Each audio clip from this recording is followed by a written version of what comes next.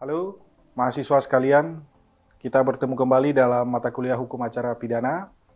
Kali ini dalam pertemuan dengan topik upaya paksa. Selamat jumpa dan salam bela negara. Untuk topik upaya paksa, sebagaimana sudah dipelajari dalam pertemuan sebelumnya, bahwa di dalam hukum acara pidana dikenal adanya penyelidikan, penyidikan. Ketika melakukan penyidikan, maka dilaksanakanlah yang namanya upaya paksa. Apa saja upaya paksa yang dilakukan? Atau sebelum ke macam-macam upaya paksa, kita akan melihat dulu apa sebenarnya definisi dari upaya paksa. Upaya paksa adalah salah satu kewenangan dari aparat penegak hukum yang diberikan oleh undang-undang. Aparat penegak hukum ini dalam bentuknya penyidik, penuntut umum, dan hakim untuk melakukan perampasan kebebasan. Jadi sekali lagi, upaya paksa adalah kewenangan yang diberikan undang-undang kepada penegak hukum untuk melakukan perampasan kebebasan berupa penangkapan, penahanan, penggeledahan, penyitaan, dan pemeriksaan surat. Sekali lagi, penangkapan, penahanan, penggeledahan, penyitaan, dan pemeriksaan surat. Kita akan melihat satu persatu dari macam-macam upaya paksa tadi. Kita akan mulai dengan penangkapan. Sebenarnya apa itu penangkapan? Penangkapan adalah suatu tindakan penyidik berupa pengekangan kebebasan sementara waktu tersangka atau terdakwa apabila terdapat cukup bukti guna kepentingan penyidikan atau penuntutan dan atau peradilan dalam hal serta menurut yang diatur dalam undang-undang. Itu diatur di pasal 1/20 KUHP, Undang-Undang Nomor 8 1981. Jadi intinya penangkapan itu adalah pengekangan kebebasan. Jadi seseorang yang sudah diduga keras melakukan tindak pidana, boleh dikekang kebebasannya dalam bentuk ditangkap. Namun demikian, perintah penangkapan dilakukan terhadap seseorang yang diduga keras melakukan tindak pidana berdasarkan bukti permulaan yang cukup. Artinya bahwa tidak sembarangan orang bisa ditangkap, kecuali memang dia diduga keras melakukan tindak pidana. Nah, kalau kita melihat apa itu bukti atau bukti permulaan, alat bukti yang berupa alat bukti yang sah yang digunakan untuk menduga bahwa seseorang telah melakukan tindak pidana. Itulah dasar untuk melakukan penangkapan. Berikutnya yang perlu diperhatikan dalam rangka melakukan penangkapan berdasarkan pasal 7 ayat 1 huruf D KUHP, maka penangkapan hanya boleh dilakukan oleh penyidik, baik penyidik Kepolisian Republik Indonesia atau Polri, boleh juga penyidik PPNS. Nah, di dalam pasal 18 ayat 1 KUHP ditegaskan bahwa melakukan penangkapan pertama harus memperlihatkan surat tugas, lalu ada surat perintah penangkapan, yang mana surat perintah penangkapan itu mencantumkan satu, identitas seseorang yang hendak ditangkap, menyebutkan alasan penangkapan, menyebutkan uraian singkat perkara, menyebutkan tempat ia diperiksa. Nah, penangkapan tadi boleh tanpa surat perintah atau tanpa surat tugas dalam hal tertangkap tangan. Jadi tertangkap tangan atau dalam bahasa awamnya tertangkap basah, seseorang pada waktu sedang melakukan tindak pidana, maka boleh dilakukan penangkapan. Meskipun berikutnya nanti harus disusul juga. Ada surat tugas dan surat perintah penangkapan. Penangkapan dilakukan dalam waktu 1 hari atau 1 kali 24 jam. Kecuali dalam tindak-tindak pidana tertentu. Misalnya, kasus narkotika, maka penangkapan bisa dilakukan 3 kali 24 jam. atau 3 hari. Bisa juga ditambah 3 kali 24 jam lagi. Jadi 3 tambah 3, 6 hari. Boleh dilakukan penangkapan terhadap kasus narkotika. Demikian pula kasus-kasus lainnya yang kita sebut tindak pidana tertentu, misalnya terorisme dan lain sebagainya. Tetapi pada intinya, kalau tindak pidana umum, maka penangkapan dilakukan 1 kali 24 jam. Berikutnya, macam-macam upaya paksa. Yang kedua adalah penahanan. Apa itu penahanan?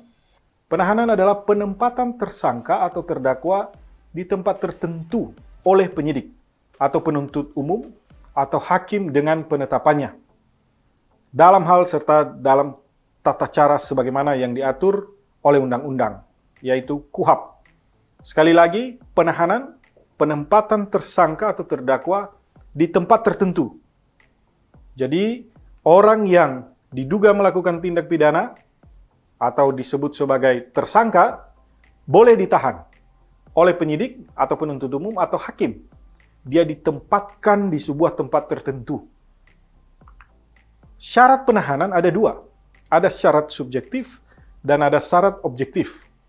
Syarat objektif adalah sebagaimana dicantumkan di dalam pasal 21 ayat 4. Diancam dengan pidana penjara 5 tahun atau lebih.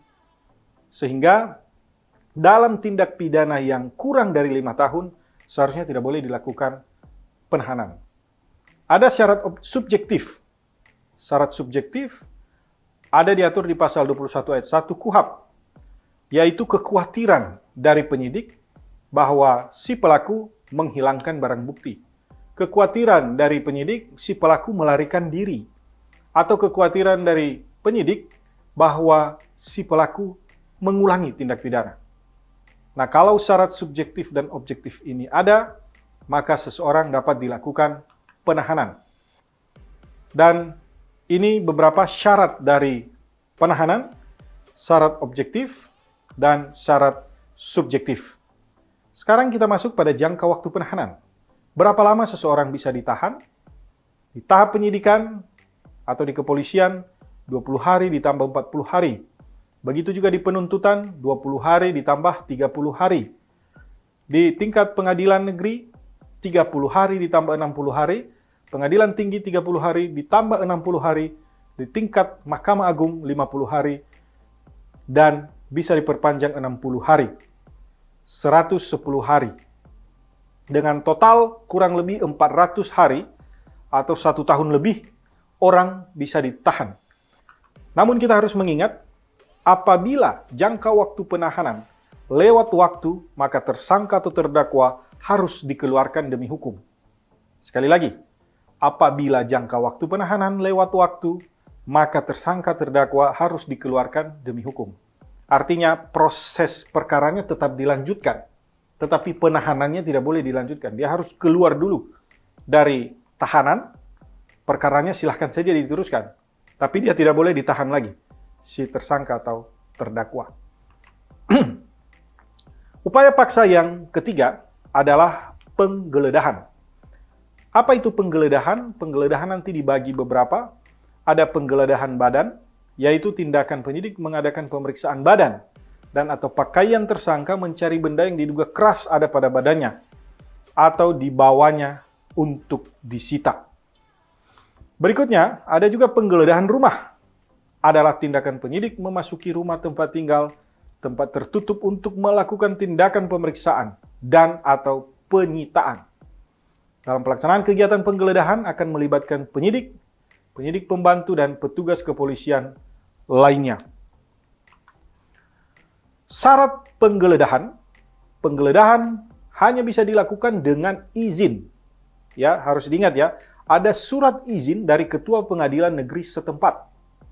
Itu diatur di pasal 33 ayat 1 KUHP. Berarti artinya, kalau tanpa izin Ketua Pengadilan Negeri setempat, maka penggeledahan tidak boleh dilakukan. Hal ini menandakan bahwa seseorang yang mau digeledah dihargai hak asasinya atau hak asasi manusia dengan harus ada izin dari Ketua Pengadilan Negeri setempat agar dia bisa digeledah. Setiap kali memasuki rumah harus disaksikan oleh 2 orang saksi dalam hal tersangka atau penghuni menyetujuinya. Jadi dalam menggeledah juga harus ada 2 orang saksi yang melihat. Jika tidak menyetujui, maka penggeledahan disaksikan oleh kepala desa atau ketua lingkungan dan 2 orang saksi. Dalam hal keadaan mendesak, penyidik dapat melakukan penggeledahan tanpa lebih dulu mendapat surat izin ketua pengadilan. Namun tetap nanti surat izin harus diurus setelah dilakukan penggeledahan. Berikutnya, kita akan melihat apa itu penyitaan. Tadi pertama penangkapan, penahanan, penggeledahan, dan upaya paksa yang keempat yaitu penyitaan. Apa itu sebenarnya penyitaan? Penyitaan merupakan tindakan pengambilan atau perampasan terhadap benda milik seseorang yang diduga merupakan hasil kejahatan atau benda-benda lainnya yang dengan tindakan kejahatan tersebut terkait. Maka penyitaan itu dilakukan, yaitu mengambil dan merampas benda milik seseorang yang diduga merupakan hasil kejahatan. Diperbolehkan oleh hukum dengan izin ketua pengadilan setempat. Pasal 38. Jadi ini sama dengan penggeledahan, harus ada izin dari ketua pengadilan setempat, bertujuan untuk keperluan pembuktian di dalam penyidikan. Penuntutan pemeriksaan sidang di pengadilan dilakukan oleh penyidik dengan surat izin ketua pengadilan setempat. Pasal 39 mengatur bahwa dapat dikenakan penyitaan benda atau tagihan tersangka, benda yang telah dipergunakan secara langsung melakukan tindak pidana, benda yang dipergunakan untuk menghalang-halangi penyidikan, benda yang khusus dibuat diperuntukkan melakukan tindak pidana, dan benda yang mempunyai hubungan langsung dengan tindak pidana. Adapun barang-barang sitaan juga berhak dikembalikan apabila tidak ada kepentingan dengan penyidikan. Ini juga diatur di pasal 46 ayat 1 KUHP. Lalu tidak diperlukan lagi. Kira-kira seperti itu, dan setelah putusan juga maka benda yang dikenakan penyitaan dikembalikan kepada orang atau kepada mereka yang disebut dalam putusan. Yang terakhir, mengenai upaya paksa ada pemeriksaan surat. Pengaturan pemeriksaan surat ini diatur dalam pasal 47 dan pasal 48 KUHP. Kewenangan ada di pada penyidik dan sekali lagi atas izin ketua pengadilan negeri setempat. Pemeriksaan surat terkait dengan tindak pidana. Apabila surat tersebut tidak ada kaitannya dengan tindak pidana, maka itu dibubuhi cap yang berbunyi telah dibuka oleh penyidik dan dibubuhi tanggal tanda tangan beserta identitas penyidik. Penyidik membuat berita acara atas tindakan tersebut dan turunan berita acaranya disampaikan kepada Kepala Kantor Pos dan Telekomunikasi, kepada Kepala Jawatan atau Perusahaan Komunikasi atau pengangkutan yang bersangkutan. Intinya, untuk upaya-upaya paksa tadi ada 5: penangkapan, penahanan, penggeledahan, penyitaan, dan pemeriksaan surat. Itu semua harus diatur secara ketat sebagaimana diatur di dalam Undang-Undang Nomor 8 Tahun 1981, yaitu mengenai Hukum Acara Pidana Indonesia.